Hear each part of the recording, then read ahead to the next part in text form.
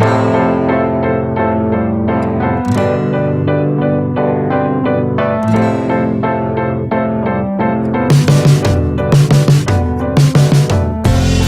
morning, everyone. I'm Megan Cullip, along here with Scott Micklin. Good morning. Good morning. It is Thursday, June 18th. It is. I had to think about that for a moment. I know. It's all blurs together. But we are in week 14. We're in week 14. Show 52.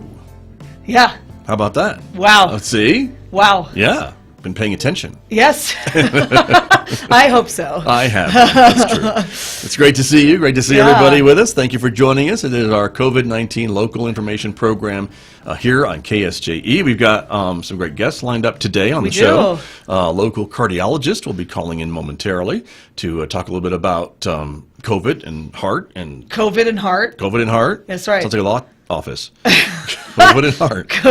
Attorneys at law. Exactly. There you are. Exactly. But some of the impacts that the virus may have on people with heart conditions. So that's the topic there. And then we're going to be talking about another local business reopening.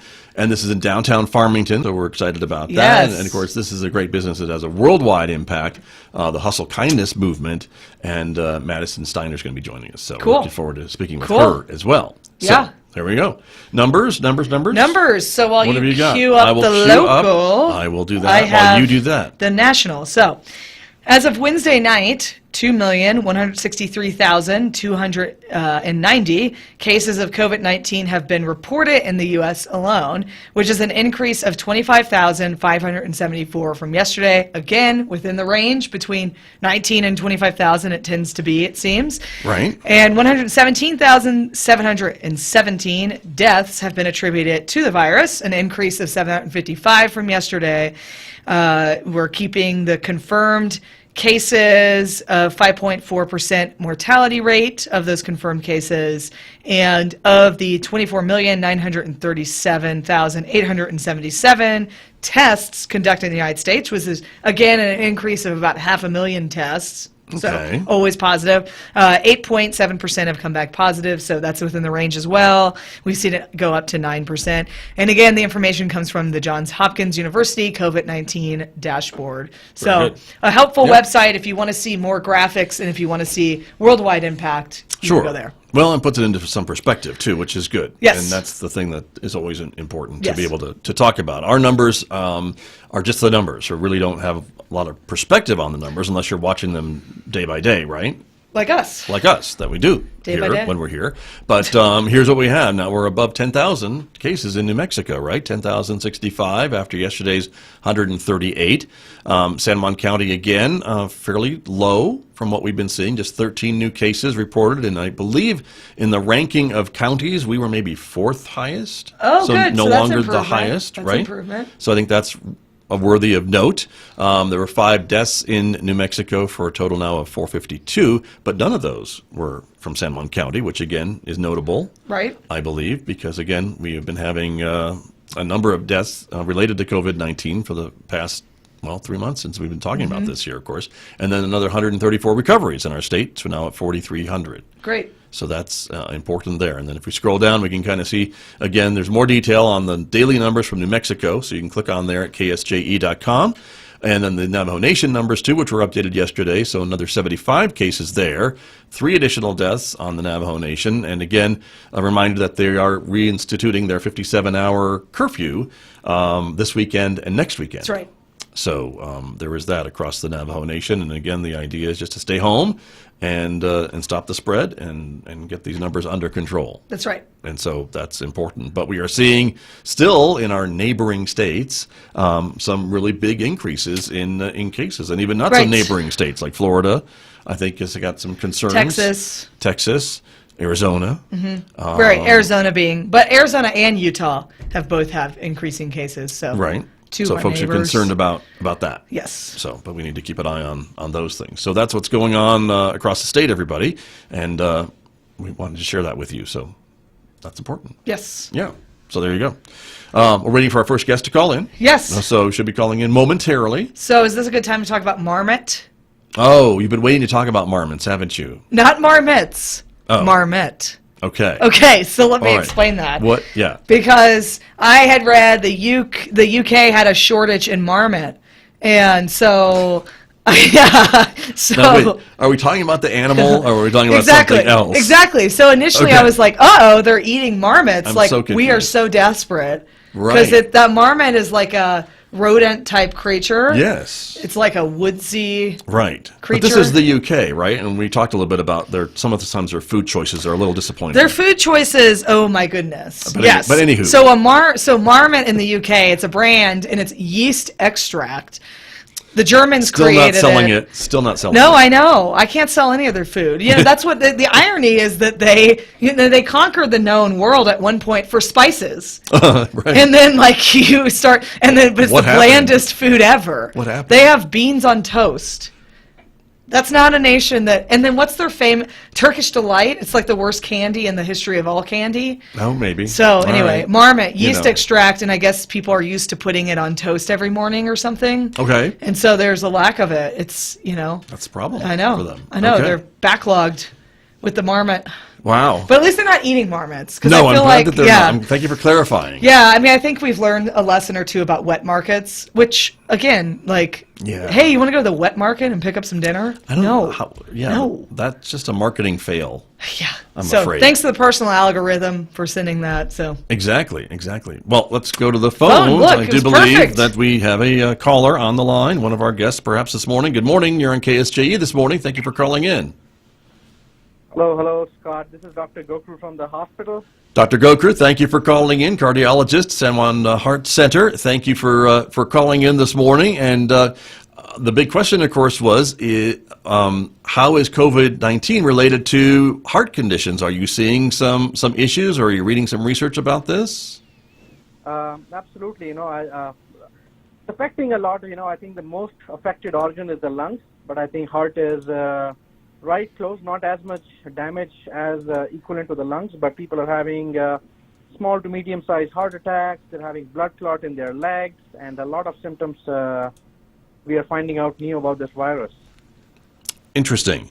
And so, question, Megan? sure, yeah. So I had actually read a report. It was Harvard Public Health, actually, I believe, and it was talking about how it might actually be cardiovascular symptoms that end up taking the life of those who come down with COVID. That there's discussion about how quickly the virus seems to impact somebody's whole body.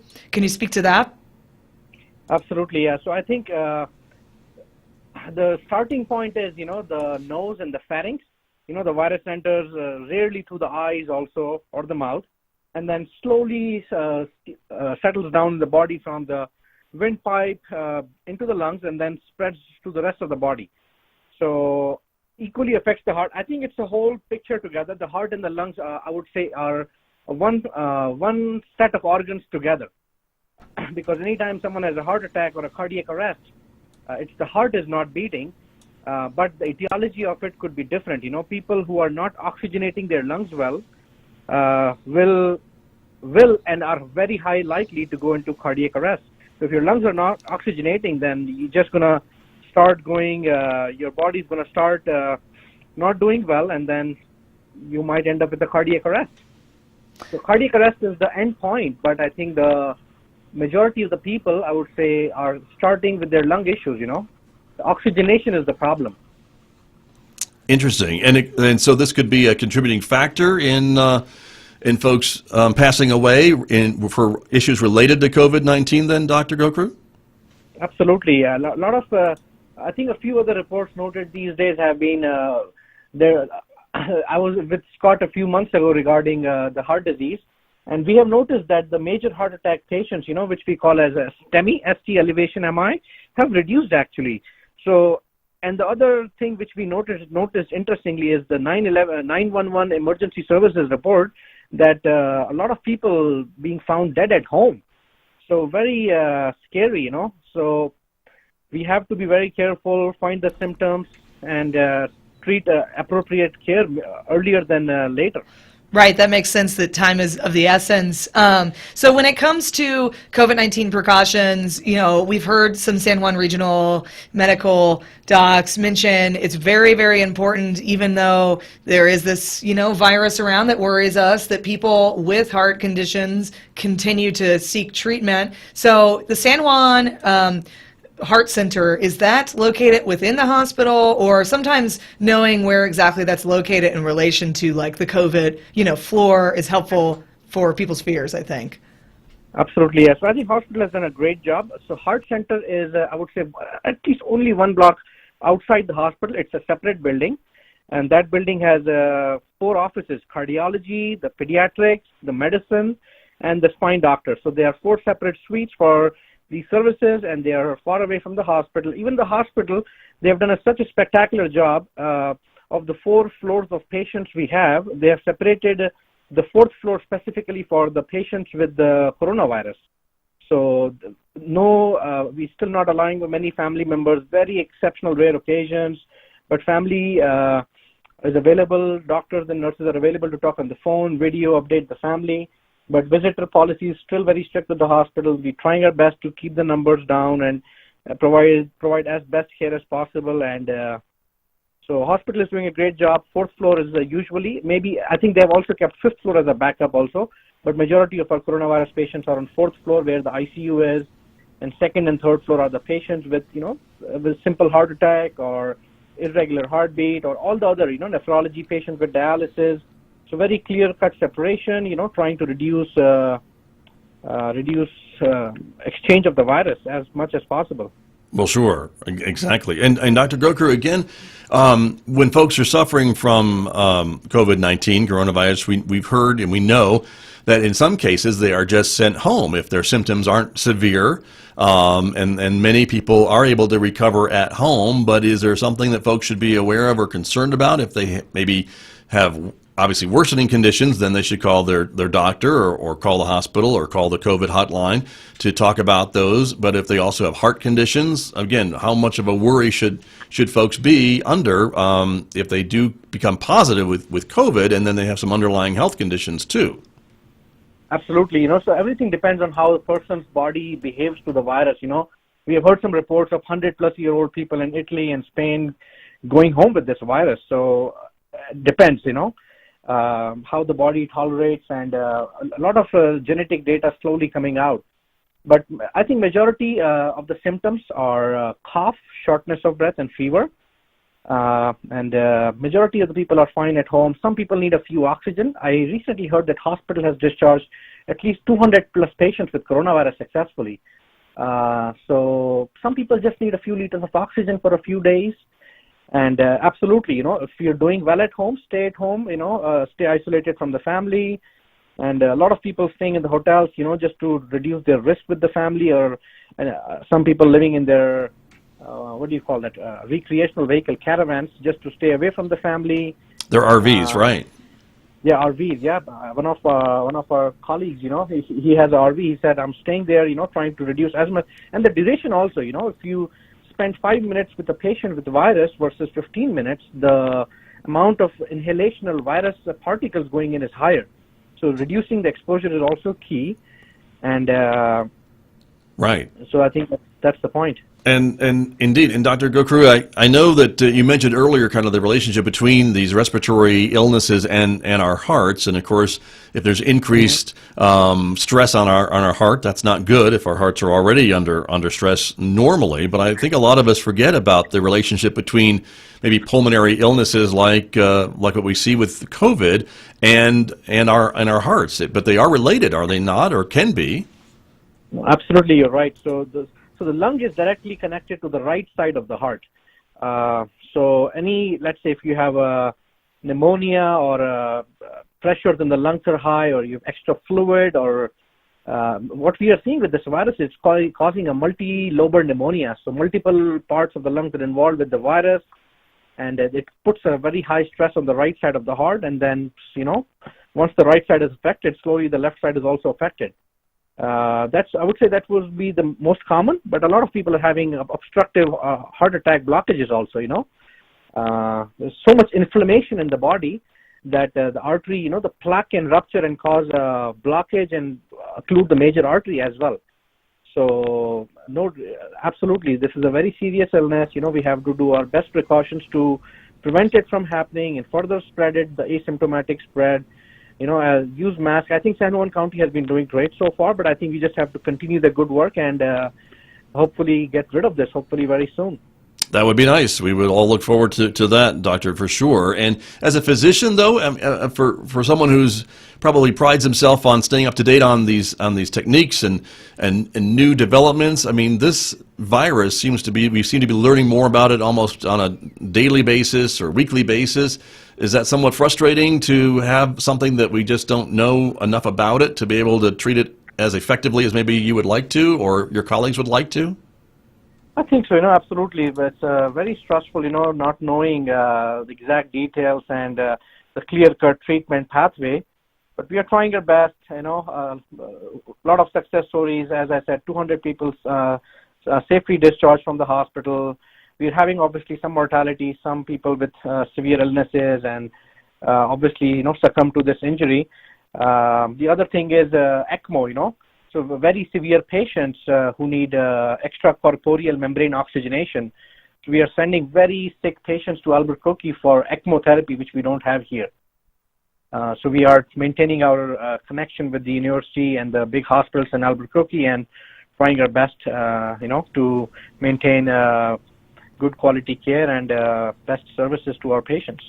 Well, of course. And I know that's been kind of the message from day one, Dr. Gokru, is that we don't want to overwhelm our healthcare facilities or our healthcare professionals. And so it seems from all the folks that we've talked to at San Juan Regional, from the CEO on down, it seems like the managing of the patient numbers has been manageable, I guess, for lack of a better term. Yeah, I think, being an employee of the hospital, I think so far so good. They've done a spectacular job. We have enough protective equipment for the staff, and just have to be careful, do the right things, and hope for the best. And appreciate. I thank the leadership, for being so. I think good planning, for the staff members, I would say. Exactly. Well, Dr. Rahul Gokru, I appreciate you calling in this morning on our program and sharing your expertise with us. Thank you so much. My pleasure. Take care, guys. Enjoy the day. Thank you. Stay well. That is Dr. Rahul Gokru. He is a cardiologist at San Juan Heart Center here with us on KSJE. We appreciate him calling in. Yes, of course. Of good information. As always, the right? docs. We're meeting so many doctors through this show. How much do you love it? I know. Next time we get sick, we'll be like, oh, hey. Right. I know you. Exactly. They'd be like, ooh, we don't remember you. No, they wouldn't do that. What's she going to ask? Not at all. No, they wouldn't do that. No, they'll just knock you out, and they won't hear from you. Ooh. Yeah. Anywho. Sounds delightful. How soon can we do that? You're welcome. Yeah, exactly. We have another guest. Great. Who is on the phone with us this morning, and so let me get them ready to go. Good morning. This is KSJE. Good morning. This is Madison. Madison Steiner, thank you for calling in from Peaches Neat Feet. We are so excited to be able to talk with you, and so thank you. And for folks who maybe, I can't imagine there's anyone within the sound of my voice who doesn't know Peaches Neat Feet. Well, wait. Or Hustle Kindness. Wait a second. What? I think it's important to clarify and give the full vision and maybe even some backstory because, like August makes 2 years of me being here. Yes. So I've caught bits and pieces, but I'd like to hear a fuller story, personally. Well, okay. Madison, if you wouldn't mind, welcome, by the way. For Megan and anyone else who's been living under a rock for 2 years, can you bring us up to speed on your business? Absolutely. So Peaches Neat Feet is the nonprofit, and Hustle Kindness is our brand, so to say. We are a kindness-based nonprofit. We are local here to Farmington, but our services have always been and are nationwide. We do anything from care packages, hand-painted shoes, gas cards, gift cards, pretty much you name it. If it has to do with helping somebody that might be in need, we try to make it happen. Our core mission was to serve children with life-threatening illnesses, cancer, lifelong disabilities, and things like that. We serve about 80 different diagnoses, and those are with our hand-painted shoes. And so we have artists all over the U.S. that volunteer their time to custom paint Vans, Converse, and then shoes that also work with like braces and things like that. We do care packages for the family, siblings, parents. If they have long hospital stays, if they're on hospice care or palliative care, we try to provide as much comfort as we can from afar or even near. We've done anything from remodeling a home, building a playground, pretty much anything. We have a platform for anyone and everyone to be involved. So whether that's just purchasing a Hustle Kindness t-shirt, water bottle, supporting our shop, which is basically our main source of funding. And so whenever you buy a shirt, all the proceeds go to supporting our mission, or if it's volunteering at one of our events, working with the children and families directly with us. Really any way and anyhow we can provide a platform for our community to spread kindness. We try to make that happen. That makes sense. Very, very expansive. Now you're up to speed, right? I know. It's a very expansive vision. That's what I needed. It started with hand-painted shoes, and now it's just a giant platform built on community, kindness, and paying it forward. That makes sense. See? Perfect. And it's gone globally. Yes. Well, right? That's what it sounds like. Yeah. Wait, globally? Or so it sounds like definitely nationally. What's going on globally? Globally, a little bit. We do send out care packages and shoes.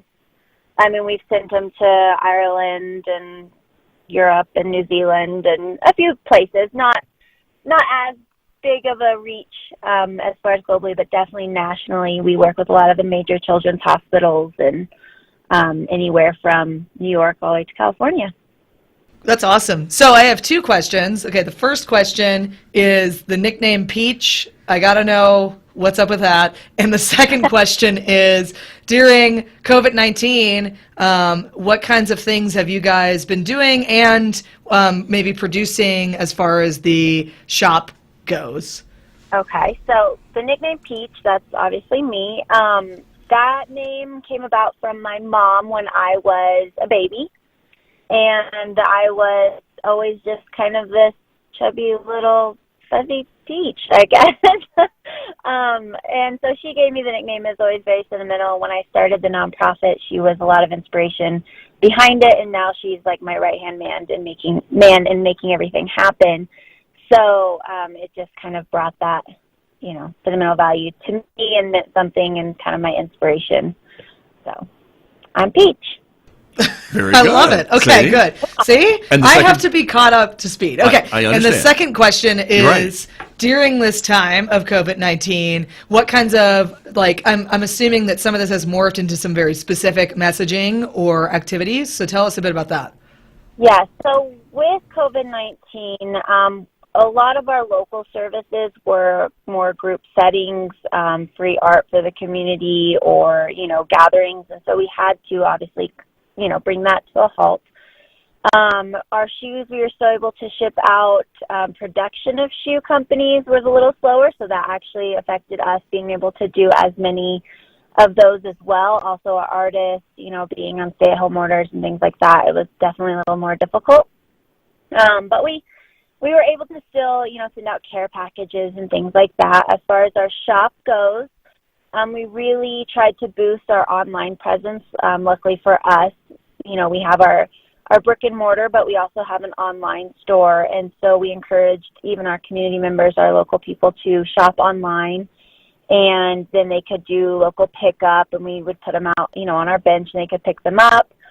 Or we could ship them to them. We offered, free shipping just to make it easy. And then also we tried to support our first responders, our nurses. We kind of geared our merchandise and things that we brought into our shop towards saying thank you, to our first responders, to our nurses, to our frontline workers. And so we helped others, I guess, hustle some kindness towards, the nurses that they knew and the frontline workers that they knew. And so, getting kind of some snarky, fun socks and things like that we could send out as little packages just to show our gratitude and that we're thinking of them. And we encouraged others to do the same so they could go on and shop, and we'd send it directly to wherever they wanted to send it. So Very good. You know, And your go store, I know you are in downtown Farmington, right, Madison? And I know the store, the physical brick and mortar store, was shut down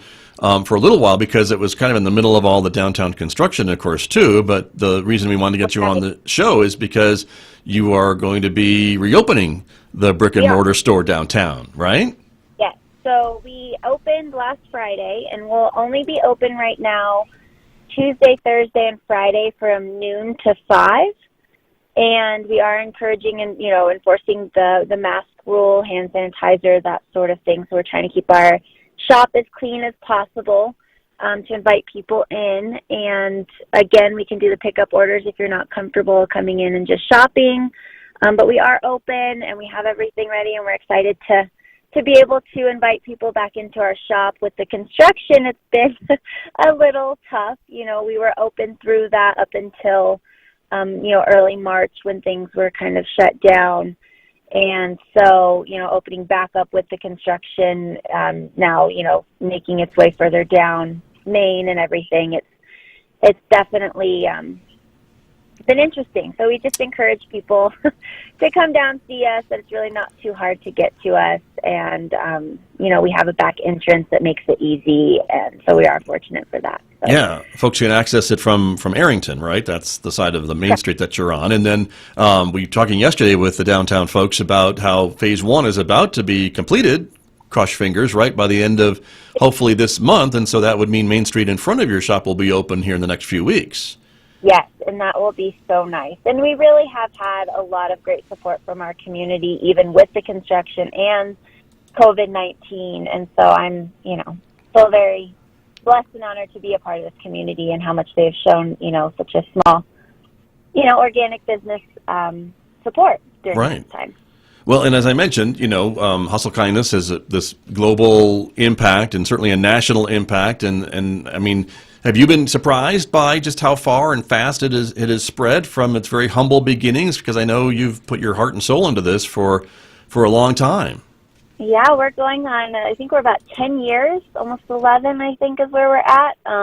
You know, starting with, like I said, just the shoes, and our reach has continued to grow, and our support in, you know, different areas continues to grow as more people find out about us, social media, and things like that. So yeah, I mean, I never thought it would be to the capacity that it is with the brick and mortar shop and the reach that we've had, you know, to be able to help and support families all over. I've been connected with a lot of very influential and very inspiring people.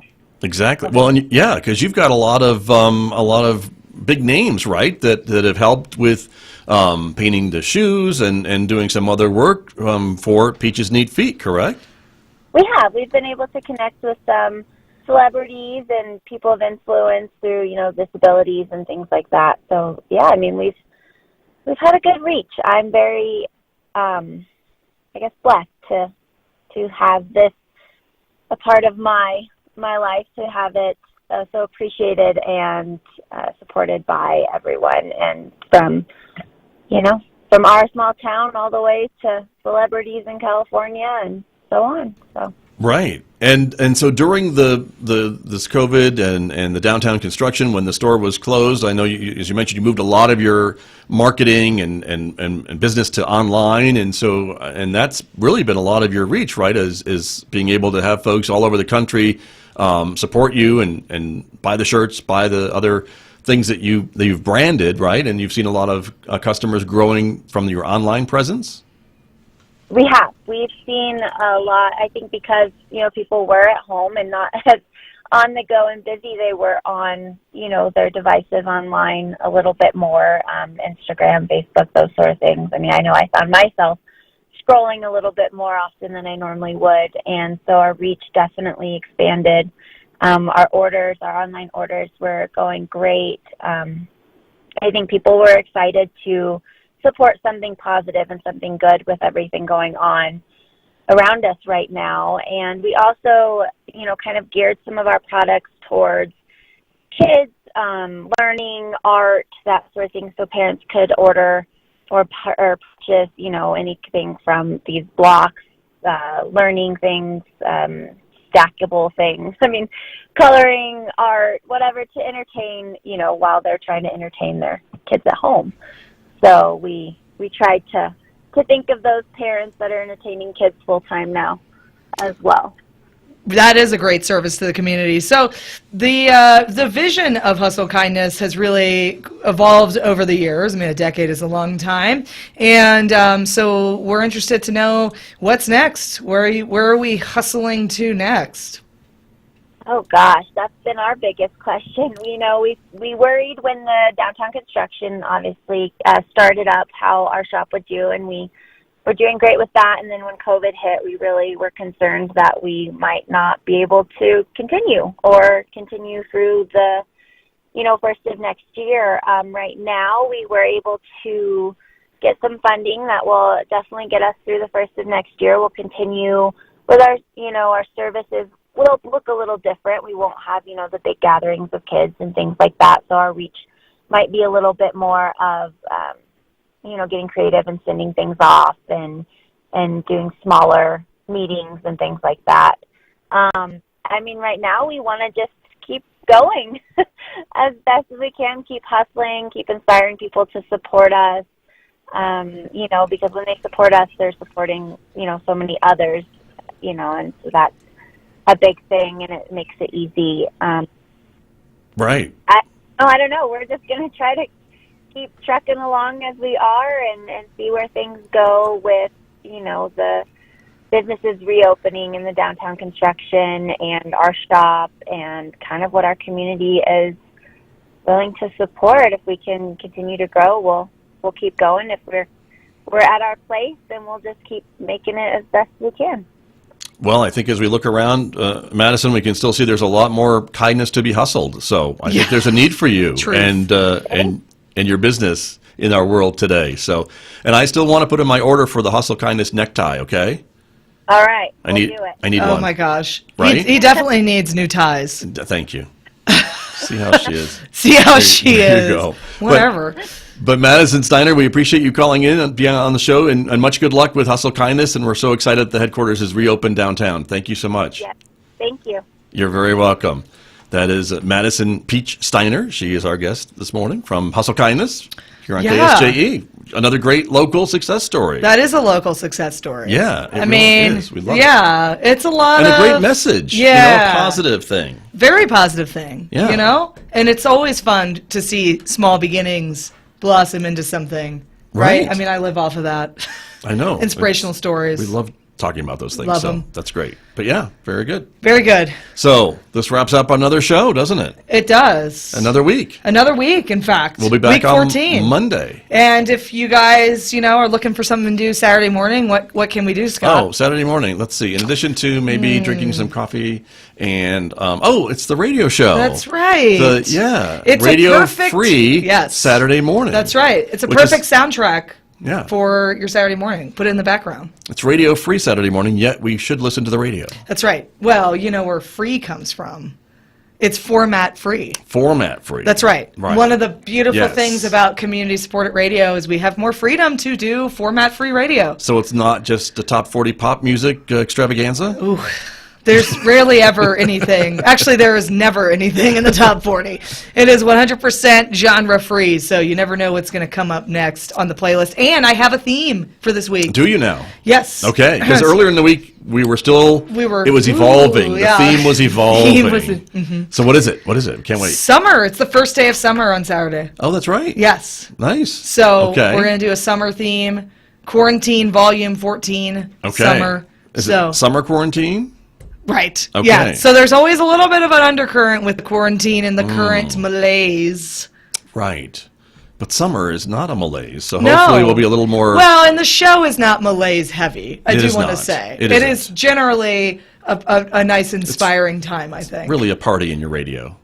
It really is. Yeah, it's a party in your radio. It's candy to your ears. There you are. It's musical, honey. But 9 to 11 a.m. on 9 Saturdays, to 11 right? a.m. A 2-hour extravaganza. It is. 2 hours is fun, because I like to think that hour one leaves them wanting for more. And then you're At right least back at with my own hour head. 2. And then I show up. And then she's back. So there you go. So But that's summer. right. So there you are. Yeah. Anyway, we thank you for joining us, everybody. Thank you for supporting this program, and of course for supporting KSJE and our partner radio station KNMI. And we will be back on Monday at 9 a.m. with our local COVID-19 information program here on KSJE. Have a great, safe weekend, everyone. We will see you next week. Bye-bye.